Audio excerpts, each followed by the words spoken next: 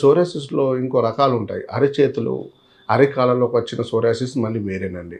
ఇప్పుడు అరిచేతుల్లో ఉన్నాయనుకోండి పాల్మార్ సోరియాసిస్ అంటాం. అరికాళ్ళలో ఉంటే ప్లాంటార్ సోరియాసిస్ అంటాం. ఈ పాల్మార్ సోరియాసిస్ అరిచేతిలో కూడా చాలా మందికి చూస్తుంటాం. లేడీస్‌లలో ఎక్కువ మందిలో చూస్తుంటాం. వాళ్ళలో క్రాక్స్ ఉంటాయి. చిన్న చిన్న అరిచేతుల్లో క్రాక్స్ లాగా మారిపోయి అక్కడ విపరీతమైన దురద. వాళ్ళు డైలీ దువ్వెనతోటి కూడా ఇలా దురద ఇలా రాయడం చూస్తుంటాం మనం. అంత దురద ఉంటుంది వాళ్ళకు.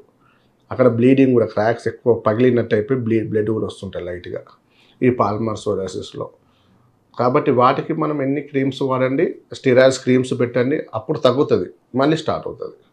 మనం ఏం చేస్తామంటే మన హోమియోపతి మందులు వాడినప్పుడు క్రీమ్స్ ఏం వద్దంటాం. వాళ్ళు కొబ్బరి నూనె వాడాలి. Parachute oil. ఓన్లీ కొబ్బరి నూనె అప్లై చేయమంటాం. అలాగే వాజిలిన్, వైట్ పెట్రోలియం జెల్ ఒకటి పెట్టండి సరిపోతాయి. ఇవి 2 పెట్టడం వల్ల మన స్కిన్ కొంచెం స్మూత్‌గా డ్రై కాకుండా ఉంటుంది.